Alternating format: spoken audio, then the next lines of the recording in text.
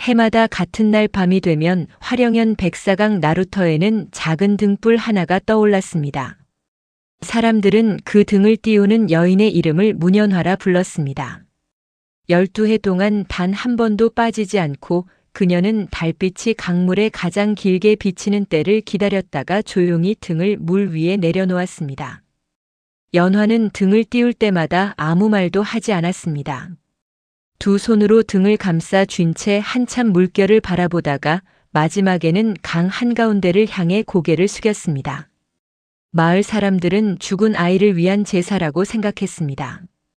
그러나 연화의 눈빛에는 떠나보낸 사람을 기리는 슬픔보다 아직 돌아오지 않은 사람을 기다리는 마음이 더 깊게 남아 있었습니다. 그날 밤도 강물 위에는 연꽃 모양의 종이등이 하나 떠 있었습니다.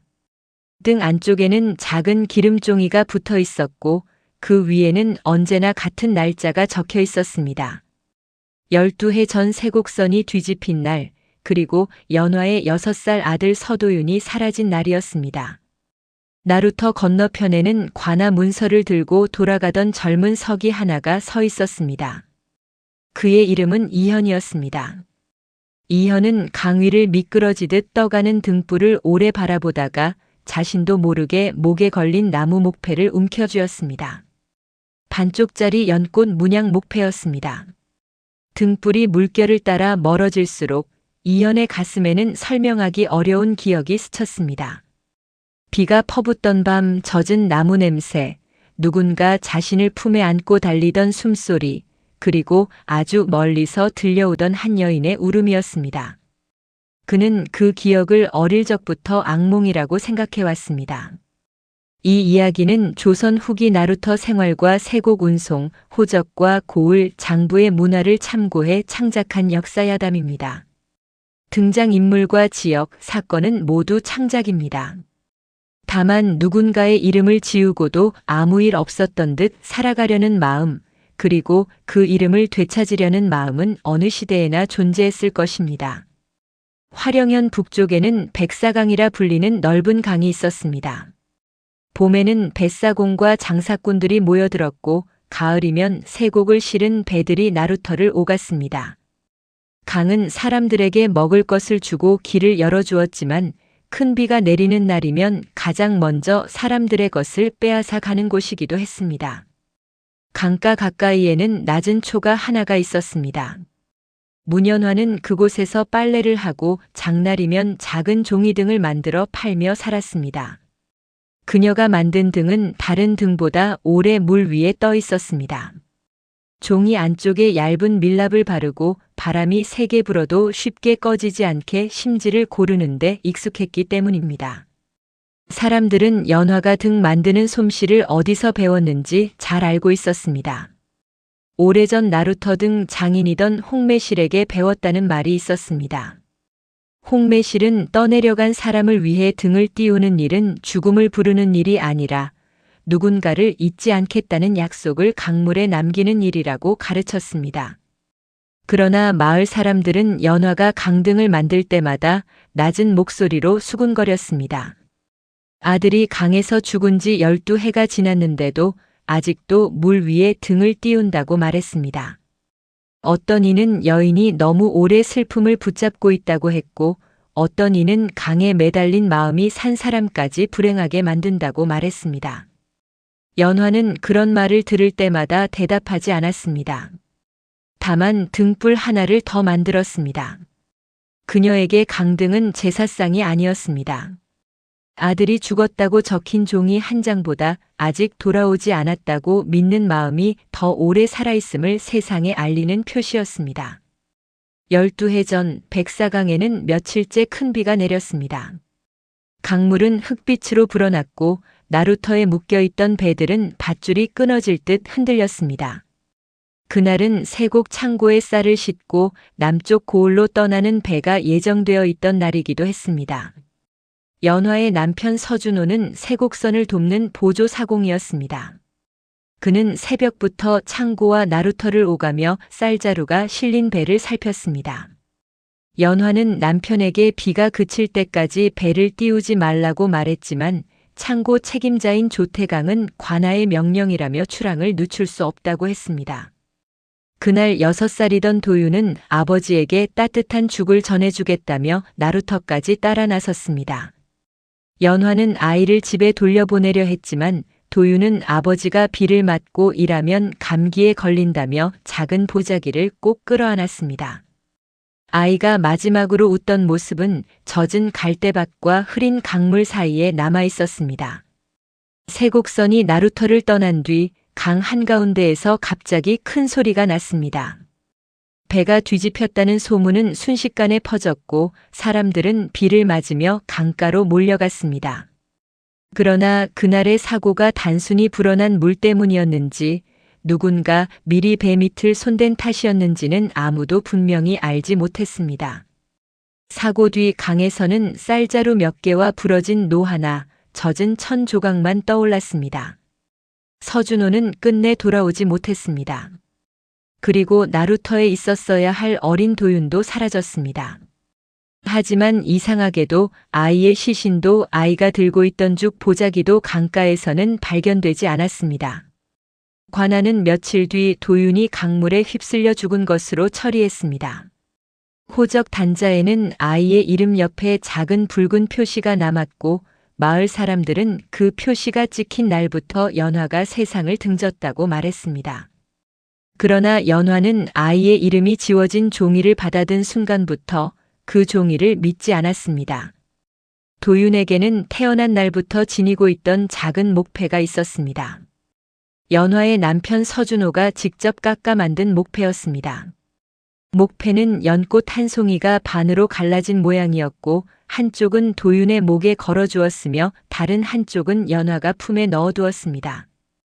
연화는 사고가 난 날 강가에서 아들의 목패를 찾지 못했습니다. 대신 검게 탄 종이 등의 뼈대 하나와 아이가 입던 옷자락에 푸른 실 한 가닥만 발견했습니다. 강에 휩쓸린 아이의 물건이라기에는 너무 이상했습니다. 마치 누군가가 아이가 떠내려간 것처럼 보이게 하려고 일부러 남긴 흔적처럼 보였습니다. 연화는 그날 밤 나루터 근처에서 이상한 말을 들었습니다. 비를 피하던 늙은 사공 하나가 사고 뒤 창고 쪽으로 누군가 어린아이를 안고 뛰어가는 모습을 보았다고 말했습니다. 하지만 그 사공은 다음 날부터 입을 닫았습니다. 세곡 창고 책임자인 조태강이 그에게 곡식과 돈을 건넸다는 소문이 뒤따랐습니다. 연화는 관아와 창고를 찾아가 여러 번 아이의 행방을 물었습니다. 그러나 돌아오는 대답은 늘 같았습니다. 강에 빠진 아이를 더 찾는 것은 산 사람을 괴롭히는 일이라는 말이었습니다. 조태강은 연화에게 호적이 이미 정리되었으니 더는 일을 크게 만들지 말라고 했습니다. 그날부터 연화는 해마다 도윤이 사라진 날이면 강에 등을 띄웠습니다. 등 안에는 아들의 이름을 적지 않았습니다. 대신 날짜와 함께 돌아오지 못한 아이가 있다면 물결이 그 이름을 잊지 않게 해달라는 짧은 문장을 넣었습니다. 연화는 강물보다 사람들의 기록이 더 쉽게 진실을 삼킨다는 것을 알고 있었습니다. 12번째 강등을 띄우던 해 화령연 관아에는 새로운 보조석이 이현이 들어왔습니다. 이현은 먼 고을의 서당에서 글을 배운 뒤 자신의 출생을 모르고 자란 젊은이였습니다. 그를 길러준 양부모는 어릴 적 나루터 근처에서 아이를 데려왔다는 말만 남긴 채 세상을 떠났습니다. 이현은 어린 시절부터 자신의 이름이 원래 이름이 아닐 수 있다는 사실을 어렴풋이 알고 있었습니다. 양부모는 그를 이현이라 불렀지만 비가 오는 밤이면 누군가 다른 이름을 부르는 꿈을 꾼다고 했습니다. 꿈속의 목소리는 언제나 물소리와 함께 들렸고 그 끝에는 희미한 등불이 떠 있었습니다. 이현은 관아 문서를 정리하면서 우연히 세곡선 사고가 적힌 오래된 명부를 보게 되었습니다. 명부에는 12해 전 사고로 숨진 사람들의 이름이 적혀 있었습니다.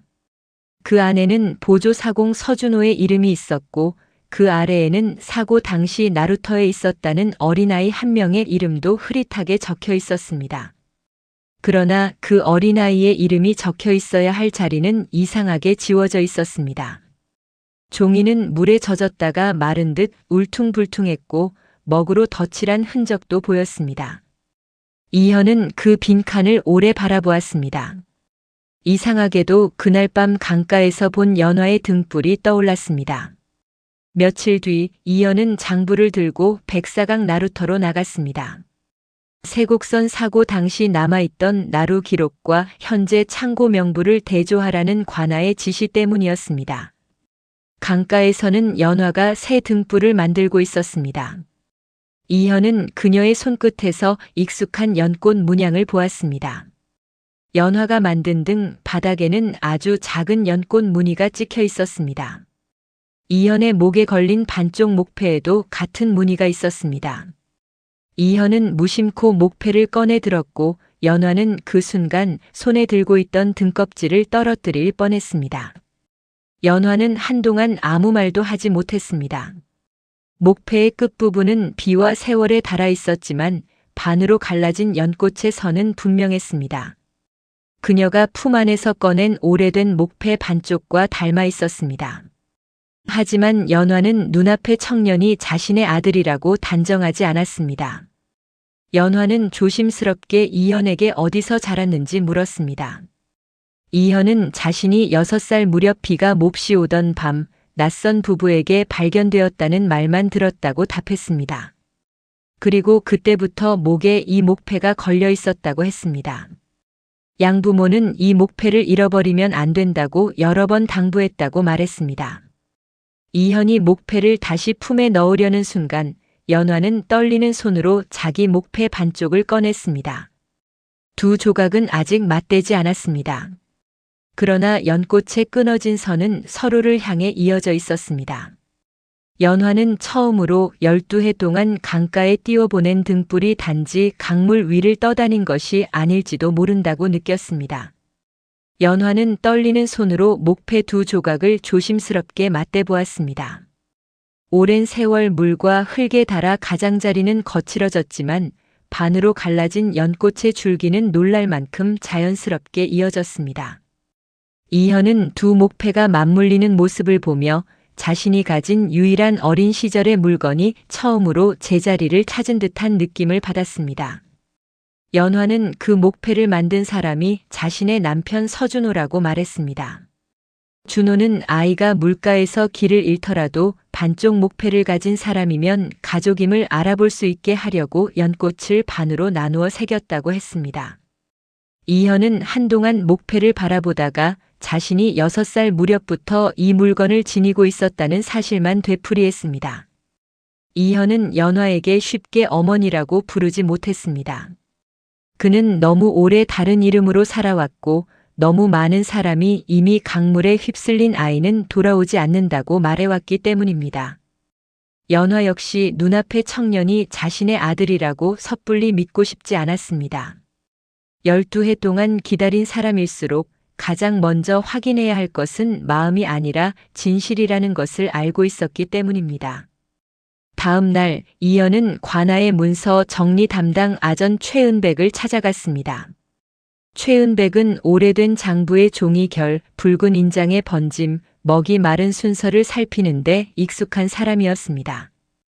이현은 세곡선 사고 명부와 연화가 보관해 온 목패 이야기를 들려주며 12해 전 사고 기록에 지워진 어린아이의 이름이 누구인지 확인해 달라고 부탁했습니다. 최은백은 사고 명부를 등불 가까이에 놓고 한 장씩 넘겼습니다. 서준호의 이름 아래에는 사고 당시 나루터에 있던 사람들의 이름이 적혀 있었고 마지막 줄에는 분명 어린아이 한 명의 기록이 있었습니다. 그러나 그 이름이 있어야 할 부분은 물에 젖은 흔적과 먹 덧칠로 뭉개져 있었습니다. 누군가 종이가 젖은 뒤에 다시 글자를 덮은 흔적이었습니다. 더 이상한 것은 아이의 죽음을 처리한 날짜였습니다. 사고가 난 뒤 사흘째 되는 날 관아의 호적 단자에는 아이가 죽었다는 표시가 남아 있었습니다. 하지만 같은 날짜에 발견된 시신의 수를 적은 나루 기록에는 어린아이의 시신이 하나도 없었습니다. 죽었다고 적힌 아이는 있었지만 죽음을 확인한 기록은 어디에도 없었던 것입니다. 최은백은 기록을 다시 살폈습니다. 어린아이의 사망 표시 옆에는 관아의 정식 인장이 아니라 세곡 창고에서 쓰는 보조 인장의 흔적이 남아 있었습니다. 관아 문서에 창고 인장이 찍히는 일은 드문 일이었습니다. 특히 사람의 생사와 호적을 정리하는 문서라면 창고 책임자가 먼저 손댈 이유가 없었습니다. 이현은 그 말을 듣고 조태강의 이름을 떠올렸습니다. 조태강은 사고 당시 세곡 창고를 맡고 있었고 지금도 나루터의 곡식 출입과 배편을 사실상 관리하고 있었습니다. 마을 사람들은 그를 관아보다 더 무서운 사람처럼 여겼습니다. 곡식이 어디로 가는지, 누가 나루터에서 일할 수 있는지를 그의 장부가 정한다는 말도 있었습니다. 연화는 최은백에게 검게 탄 등껍질 하나를 내보였습니다. 사고 뒤 강가에서 발견한 물건이었습니다.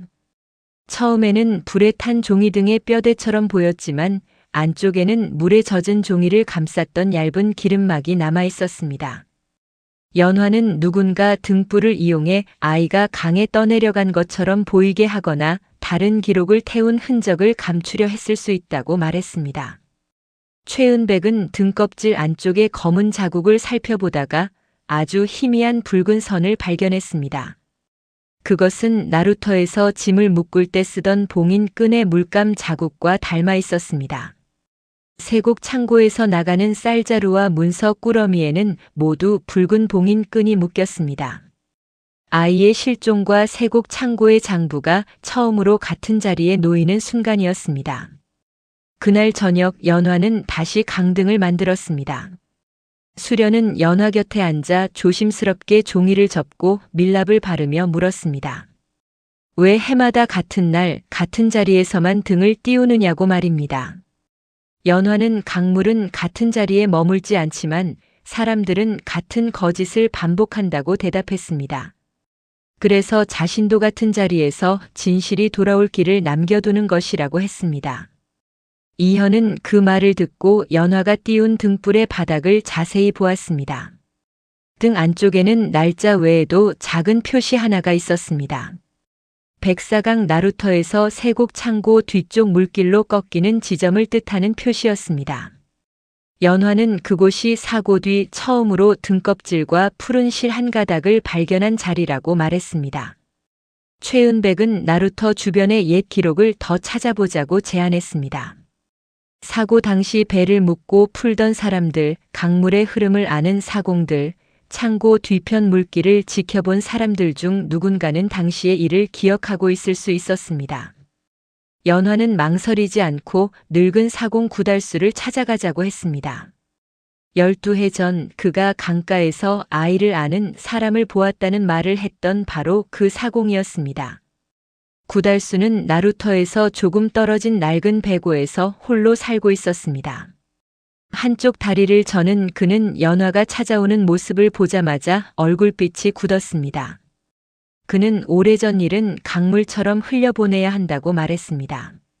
하지만 이현의 목에 걸린 반쪽 목패를 보는 순간 달수의 손에서 낡은 노가 미끄러져 바닥으로 떨어졌습니다. 구달수는 한참 동안 말을 잇지 못했습니다. 그러다 사고가 난 날 밤 강물에 떠내려간 사람을 찾으러 창고 뒤편까지 갔었다고 고백했습니다. 그곳에서 그는 젖은 보자기에 쌓인 어린아이를 안고 달아나는 사내 둘을 보았습니다. 아이는 울고 있었고 한 사내는 아이 입을 막으며 빨리 수레를 준비하라고 말했습니다. 달수는 아이가 아직 살아있다는 것을 분명히 알았다고 했습니다. 비에 젖은 머리카락과 작은 손, 그리고 아이 목에 걸린 목패가 달빛 아래에서 번쩍이는 것을 보았다고 했습니다. 하지만 그는 아이를 따라가지 못했습니다. 창고 쪽에서 조태강의 목소리가 들렸고 달수는 자신이 그들에게 들키면 나루터에서 쫓겨나는 정도로 끝나지 않을 것이라 두려워했습니다.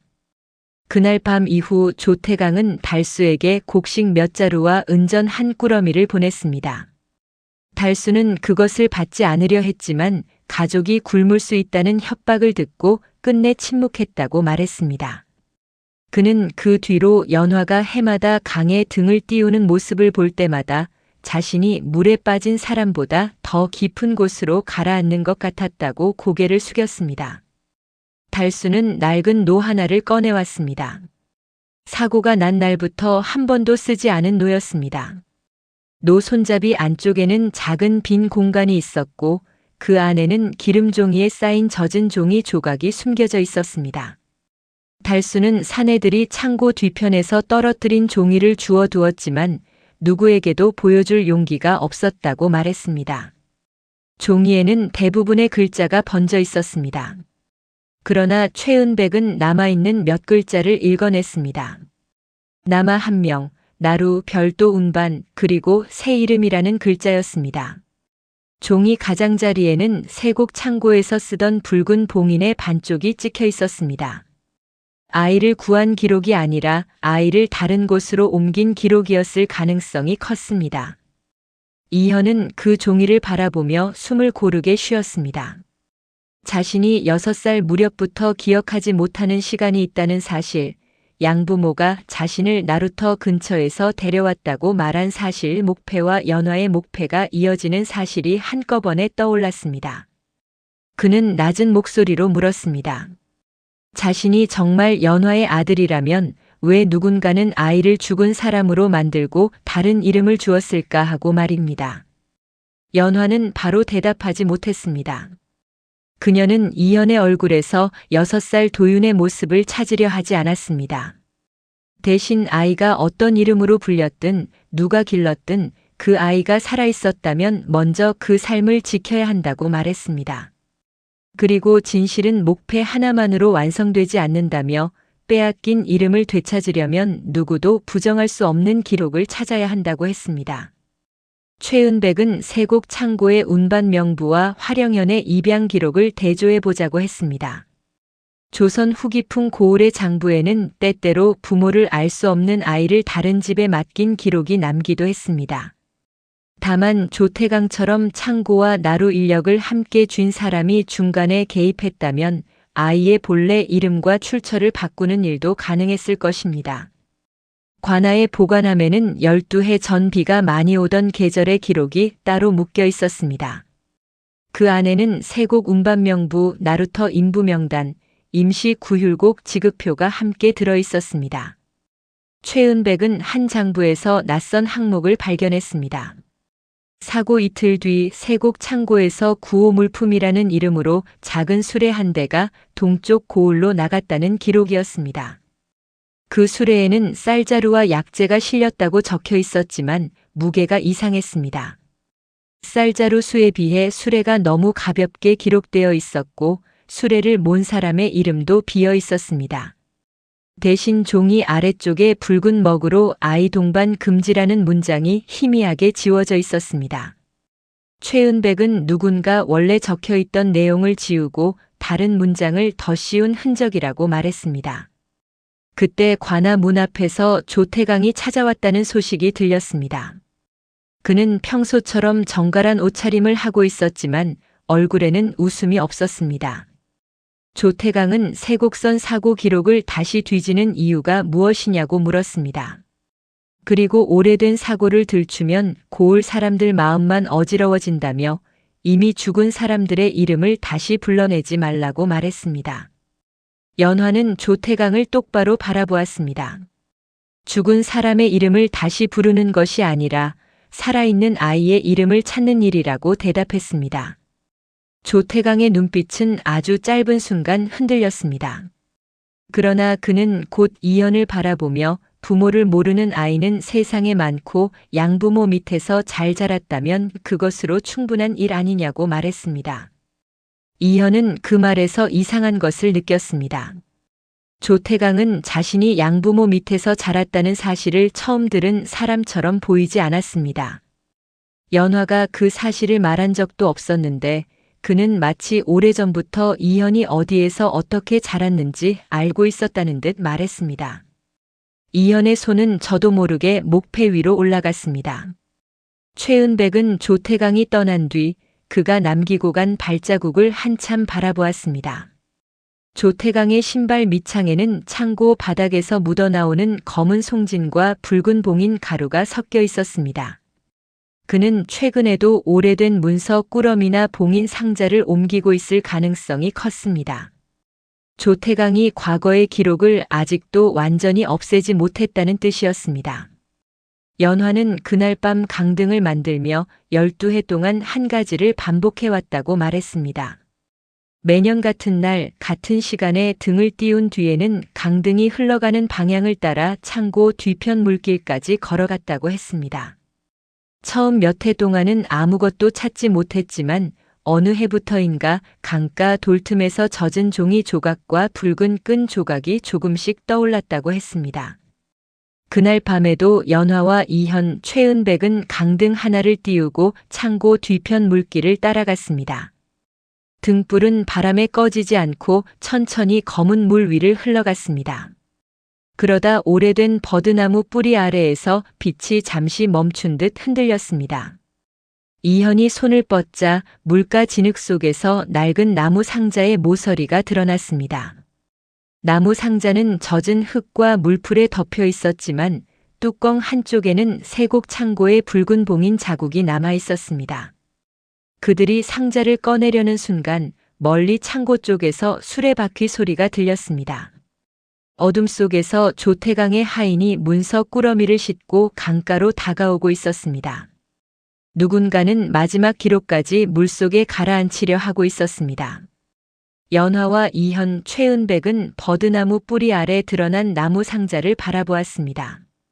상자는 오래 물에 잠겨 있었는지 나무결이 검게 부풀어 있었고 뚜껑 가장자리에는 붉은 봉인 끈이 반쯤 썩은 채 붙어 있었습니다. 최은백은 섣불리 상자를 열지 말라고 했습니다. 이 안에 든 것이 정말 세곡 창고의 문서라면 누군가가 지금도 그것을 없애려 할 이유가 분명하다고 말했습니다. 멀리서 수레바퀴가 진흙을 밟는 소리가 점점 가까워졌습니다. 조태강의 하인 둘은 창고 뒤편 물길로 내려오며 손에 등불과 문서 꾸러미를 들고 있었습니다. 그들은 누군가가 강가에 오래 머문 흔적을 발견하지 못하도록 주변을 살피고 있었습니다. 연화는 이현과 최은백에게 낮은 목소리로 말했습니다. 상자를 들고 달아나는 것보다 우선 이들이 무엇을 버리려 하는지 끝까지 보자고 했습니다. 세 사람은 버드나무 뒤쪽 갈대밭에 몸을 숨겼습니다.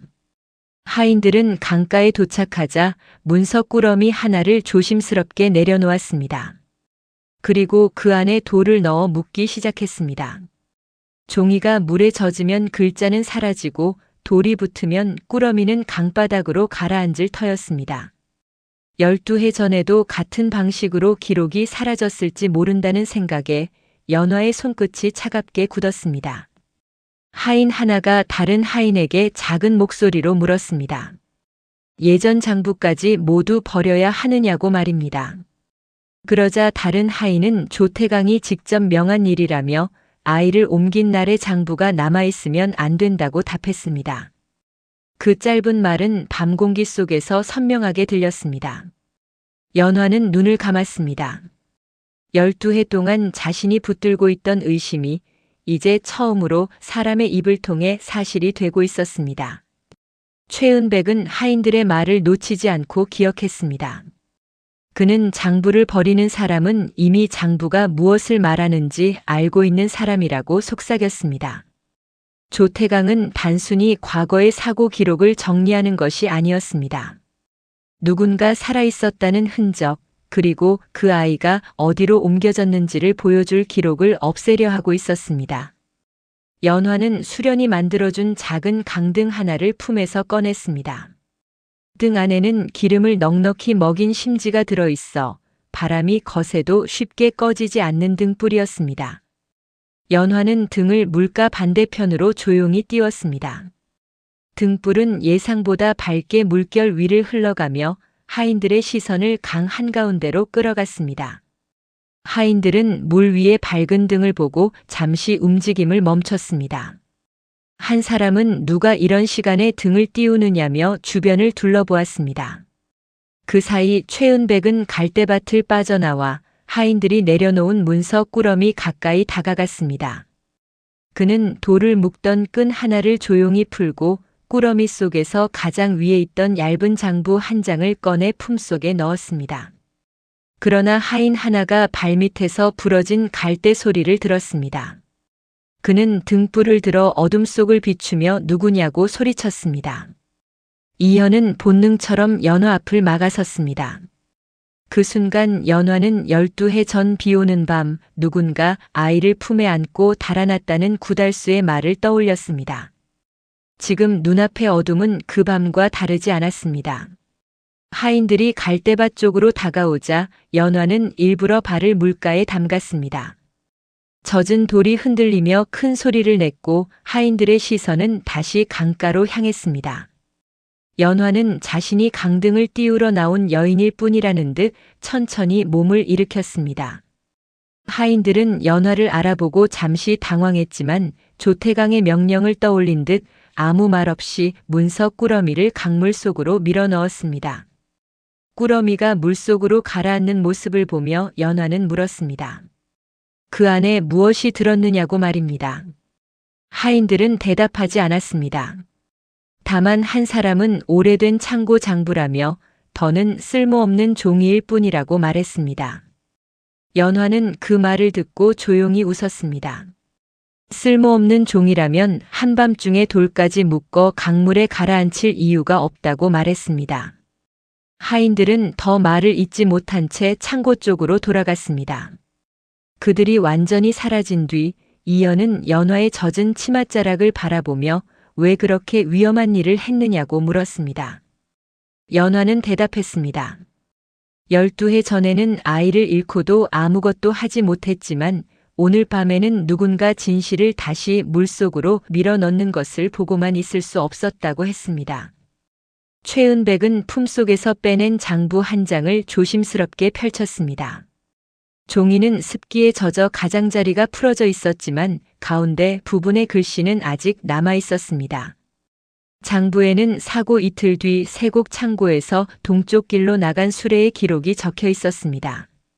수레에는 쌀과 약재 외에 젖은 아이 옷 한 벌과 목패를 지닌 남아 한 명이라는 문장이 남아 있었습니다. 이현은 그 글자를 읽는 순간 숨을 멈추었습니다. 장부에는 아이의 본래 이름이 적혀 있지 않았습니다. 대신 나루 사고에서 건져낸 아이라는 표현이 쓰여 있었습니다. 그러나 그 아래에는 붉은 먹으로 덧쓴 문장이 있었습니다. 아이는 사고로 죽은 것으로 고을 장부에 처리하고 새 이름으로 동쪽 고을에 보낼 것이라는 내용이었습니다. 연화는 장부 위에 손을 올리지 못했습니다. 손끝이 떨려 종이를 망가뜨릴 것만 같았습니다. 그녀는 오래전 호적 단자에 찍힌 붉은 표시를 떠올렸습니다. 그 표시는 아들이 강에 떠내려갔다는 증거가 아니었습니다. 누군가 아들이 살아있다는 사실을 숨기기 위해 가장 먼저 적어 넣은 거짓말이었습니다. 장부 아래쪽에는 수레가 향한 곳도 희미하게 남아 있었습니다. 동쪽 산기슭 서당 인근 아이 없는 부부에게 맡김이라는 문장이었습니다. 이현은 자신을 길러준 양부모가 작은 서당 근처에서 살았다는 사실을 떠올렸습니다. 양부는 그를 가르쳤고 양모는 늘 이현에게 비 오는 날 나루터 쪽으로 가지 말라고 했습니다. 이현은 자신이 자라던 집을 떠올렸습니다. 양부모는 따뜻한 사람들이었습니다. 그들은 이현을 때리거나 학대하지 않았고 그를 가르치며 좋은 사람이 되라고 말했습니다. 그러나 두 사람은 이현의 어린 시절 이야기가 나오면 언제나 말을 돌렸습니다. 이현은 이제야 그 침묵 안에 자신들이 모르는 두려움과 죄책감이 함께 있었을 수 있음을 느꼈습니다. 연화는 이현에게 양부모를 원망하지 말라고 말했습니다. 누군가 아이를 데려오라고 명했을 때 그들이 아이가 어디서 왔는지 모두 알았는지는 아직 알 수 없다고 했습니다. 다만 분명한 것은 아이를 데려간 사람과 죽은 것으로 기록한 사람은 따로 있었다는 사실이었습니다.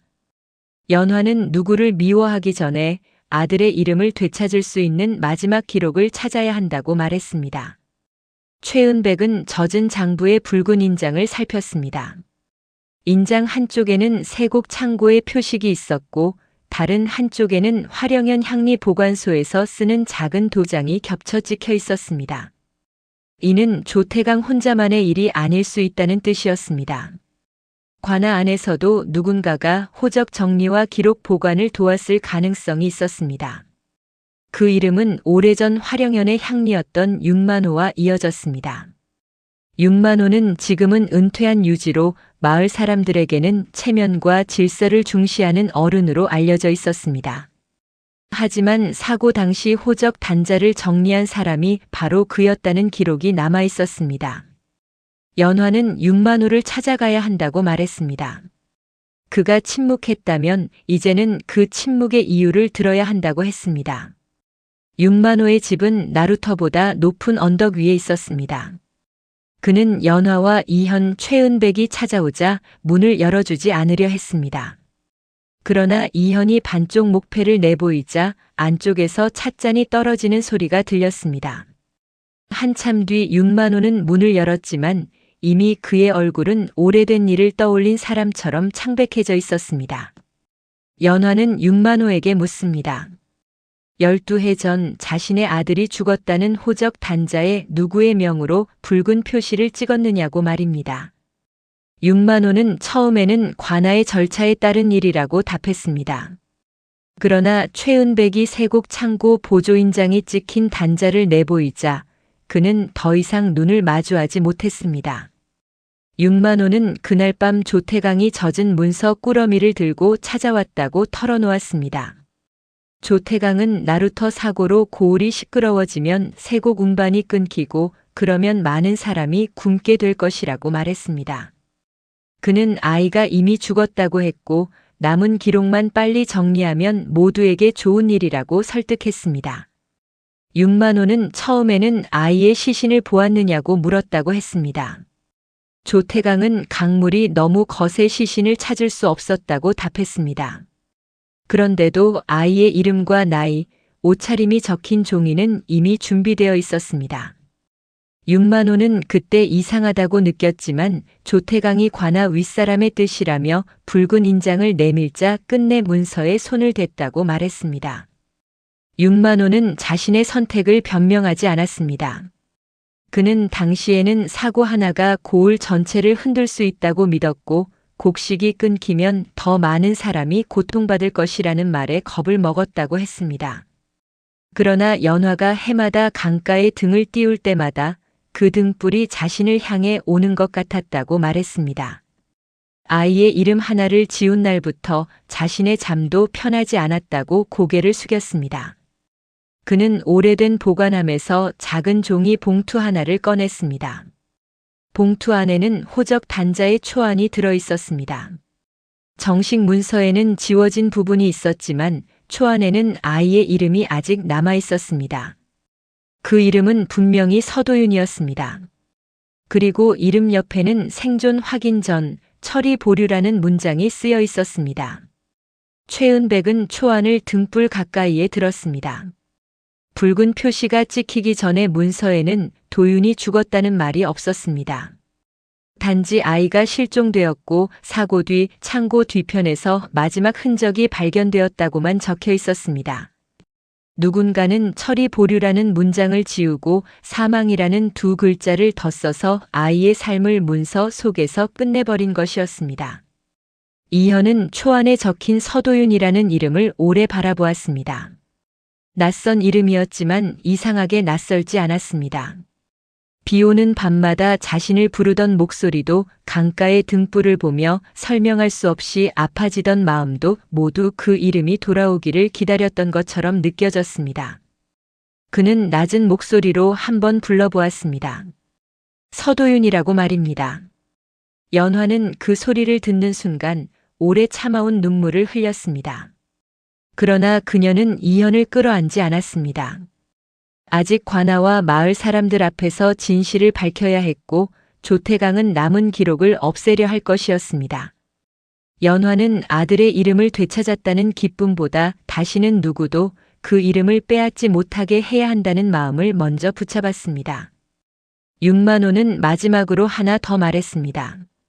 조태강은 사고 직후 세곡 창고 지하의 작은 보관실에 원래 명부와 운반 기록 일부를 숨겼다고 했습니다. 그곳에는 세곡 유출 기록과 아이를 다른 고을로 보낸 술의 명부가 함께 있을 수 있다고 했습니다. 하지만 창고 지하문에는 조태강의 붉은 봉인이 걸려 있고 새벽이 되기 전에 그가 모든 것을 태울지도 모른다고 경고했습니다. 연화와 이현, 최은백은 곧장 나루터 창고로 향했습니다. 비는 그쳤지만 강바람은 차가웠고 창고 지붕 위에서는 물방울이 계속 떨어졌습니다. 멀리서 붉은 빛이 흔들렸습니다. 조태강의 하인들이 창고 뒤편에 화로를 놓고 오래된 장부 꾸러미를 꺼내고 있었습니다. 그 순간 창고 안쪽에서 종이 타는 냄새가 피어올랐습니다. 조태강은 붉은 봉인 상자를 손에 든 채 마지막 장부를 불 속에 넣으려 하고 있었습니다. 이현은 손에 쥔 반쪽 목패를 꽉 쥐었고 연화는 강가에서 띄운 등불 하나가 창고 벽을 향해 흔들리는 것을 보았습니다. 12해 동안 물 위를 떠다닌 빛이 마침내 숨겨진 기록의 문 앞에 도착한 것 같았습니다. 연화가 창고 안으로 들어서려는 순간 최은백이 먼저 조태강의 손목을 붙잡았습니다. 불길은 장부의 모서리까지 번져 있었지만 완전히 타기 전이었습니다. 이현은 곁에 있던 물항아리를 들어 불 위로 쏟았습니다. 젖은 종이에서는 검은 연기가 피어올랐고 창고 안에는 타다 남은 먹 냄새와 오래된 곡식 냄새가 뒤섞였습니다. 조태강은 처음에는 장부가 오래되어 습기를 먹었으니 태워버리려 했을 뿐이라고 말했습니다. 하지만 최은백은 불에 넣으려던 장부가 세곡 창고의 일반 출납 기록이 아니라 사고가 난 해 운반 명부와 봉인 대장이라는 것을 알아보았습니다. 그것은 누구의 손에도 보여서는 안 되는 장부가 아니라 오히려 가장 오래 보관되어야 할 기록이었습니다. 연화는 불에 젖은 장부 더미 속에서 작은 기름종이 묶음을 발견했습니다.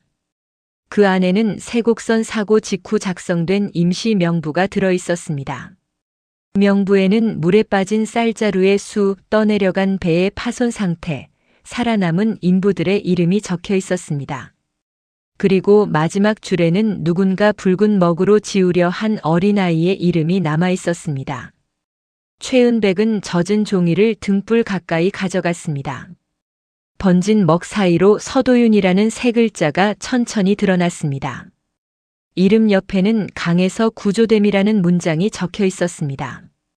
정식 호적 단자에는 도윤이 사망한 것으로 기록되어 있었지만 사고 직후의 원래 명부에는 분명히 아이가 살아있었다고 적혀 있었습니다. 이현은 그 문장을 오래 바라보았습니다.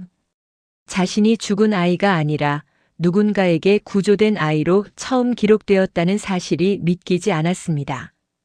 그는 그동안 자신의 어린 시절에 비어있던 시간이 단지 기억나지 않는 시간이 아니었다는 것을 알게 되었습니다. 누군가가 그 시간을 빼앗고 다른 이름으로 덮어버린 시간이었습니다. 조태강은 그제야 목소리를 높였습니다.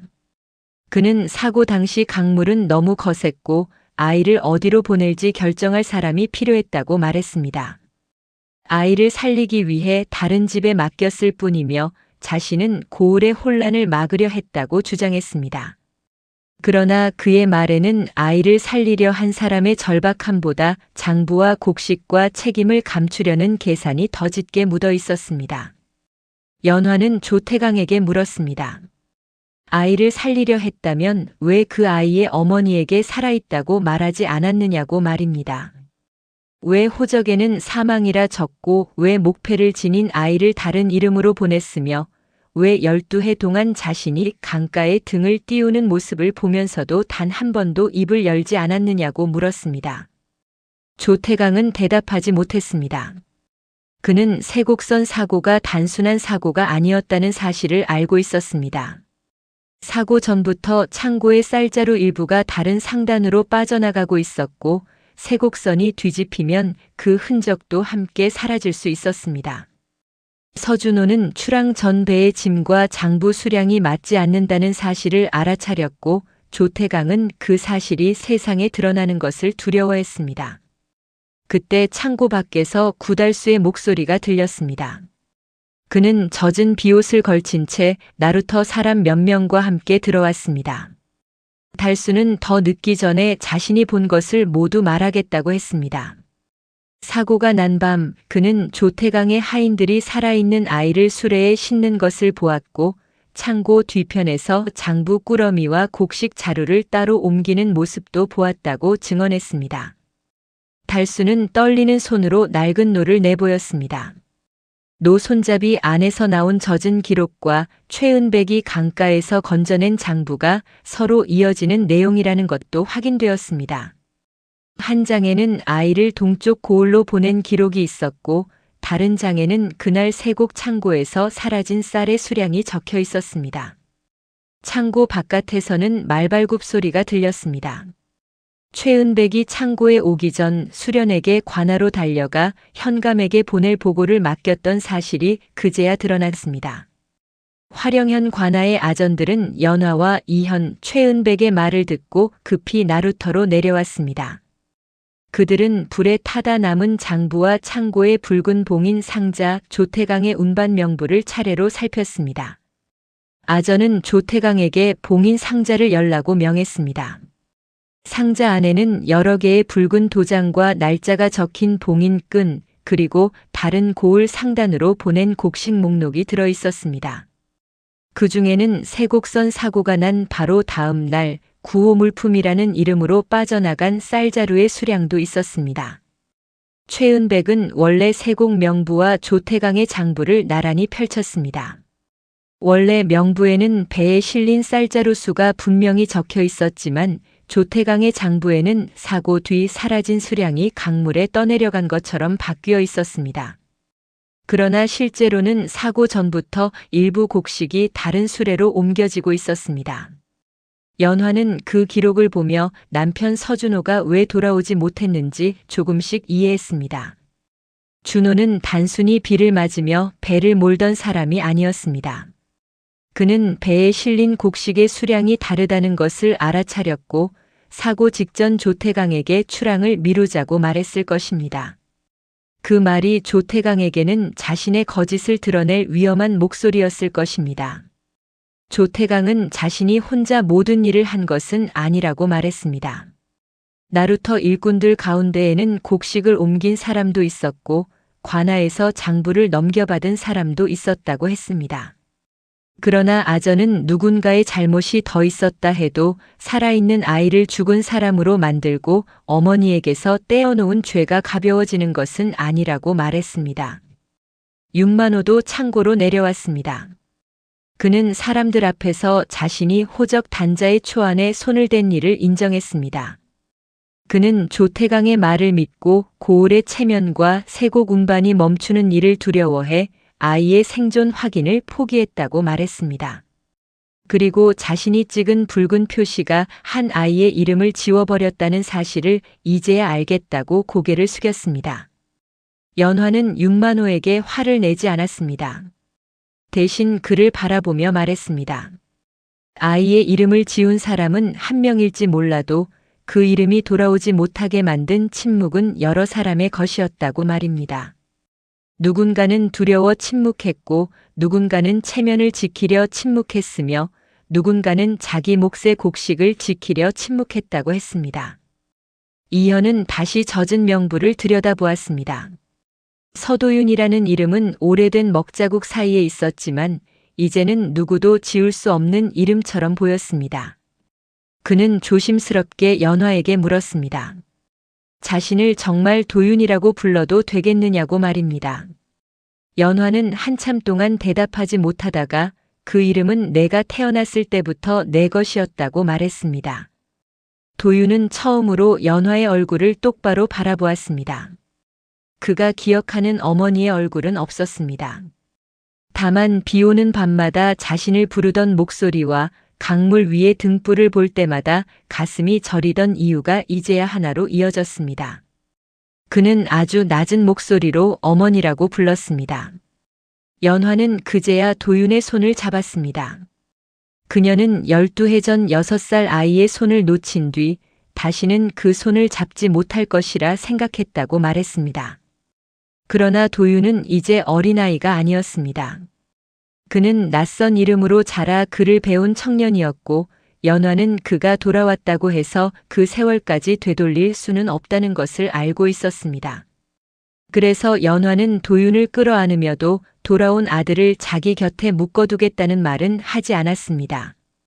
도윤이 어떤 이름으로 살아갈지, 어디에서 글을 쓰고 어떤 길을 선택할지는 도윤이 결정해야 한다고 말했습니다. 다만 누구도 다시 내가 어디서 왔는지 묻지 못하도록 내 이름과 삶이 기록에 제대로 남게 하겠다고 약속했습니다. 아전들은 조태강과 붉은 봉인 상자 남아있는 장부들을 관아로 옮기기로 했습니다. 조태강은 더 이상 장부를 태우려 하지 못했습니다. 그가 가장 믿었던 것은 기록을 숨기는 힘이었지만 결국 그 기록들이 그의 거짓을 하나씩 드러내고 있었습니다. 그러나 연화는 그 자리에서 조태강의 처벌만을 요구하지 않았습니다. 그녀는 나루터에서 사라진 사람과 아이들에 관한 기록을 앞으로 한 사람의 손에만 맡기지 말아 달라고 요청했습니다. 사고가 나면 시신을 찾기 전에는 함부로 사망으로 기록하지 말고 나루터 사공과 창고 인부 관아 문서 담당이 함께 기록을 확인하게 해달라고 말했습니다. 또한 연화는 매년 자신이 띄워온 강등을 개인의 슬픔으로만 남기고 싶지 않다고 했습니다. 돌아오지 못한 사람, 이름조차 남기지 못한 아이, 사고 뒤 기록에서 지워진 사람들을 기억하는 등불로 바꾸고 싶다고 말했습니다. 강등은 죽은 사람을 붙드는 불빛이 아니라 아직 밝혀지지 않은 이름을 찾기 위한 불빛이 되어야 한다고 했습니다. 화령연의 아전들과 나루터 사람들은 연화의 말을 받아들였습니다. 세곡 창고의 출납 장부는 계절마다 공개 확인하기로 했고 사고 기록은 관아와 나루터 창고가 함께 보관하기로 했습니다. 또한 실종된 사람의 이름은 생존 여부가 확인되기 전까지 함부로 지우지 못하도록 새 기록 규칙을 세우기로 했습니다. 도윤은 자신이 관아에서 해오던 문서 정리 일을 계속하겠다고 말했습니다. 다만 앞으로는 누군가의 이름이 흐릿하게 지워진 문서를 그냥 넘기지 않겠다고 했습니다. 최은백은 도윤에게 붓을 건네며 기록은 종이에 남는 글자이기도 하지만 그 글자를 끝까지 확인하려는 사람의 마음이기도 하다고 말했습니다. 수련은 연화가 만들던 강등의 틀을 들고 나루터로 나왔습니다.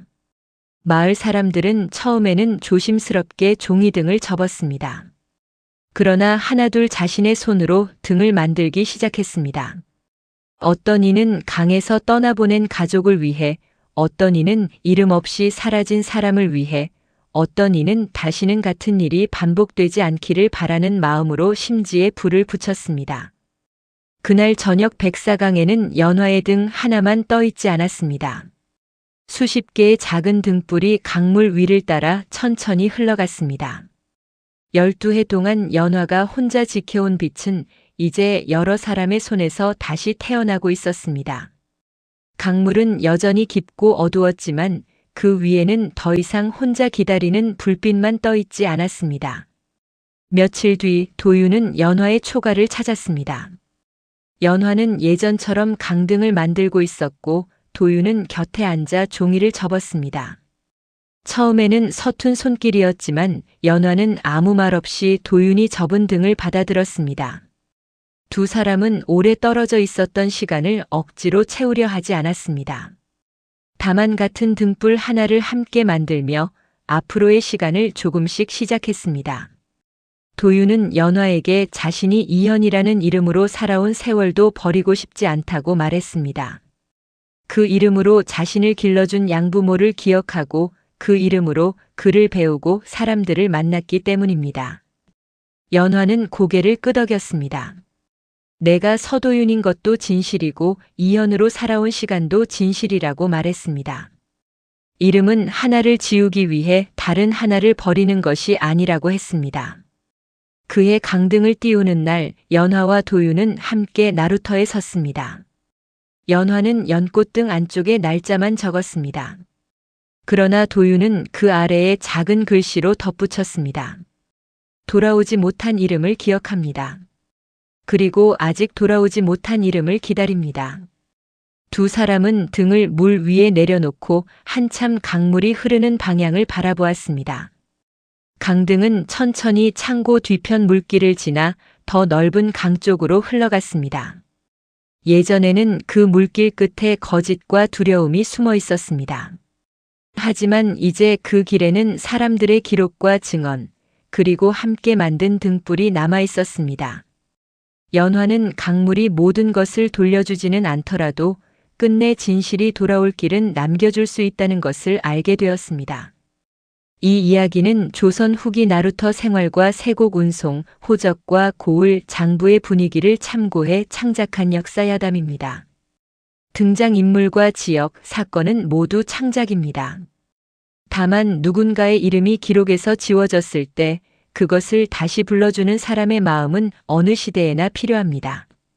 강가의 작은 등불은 잊지 않겠다는 약속에서 시작됩니다.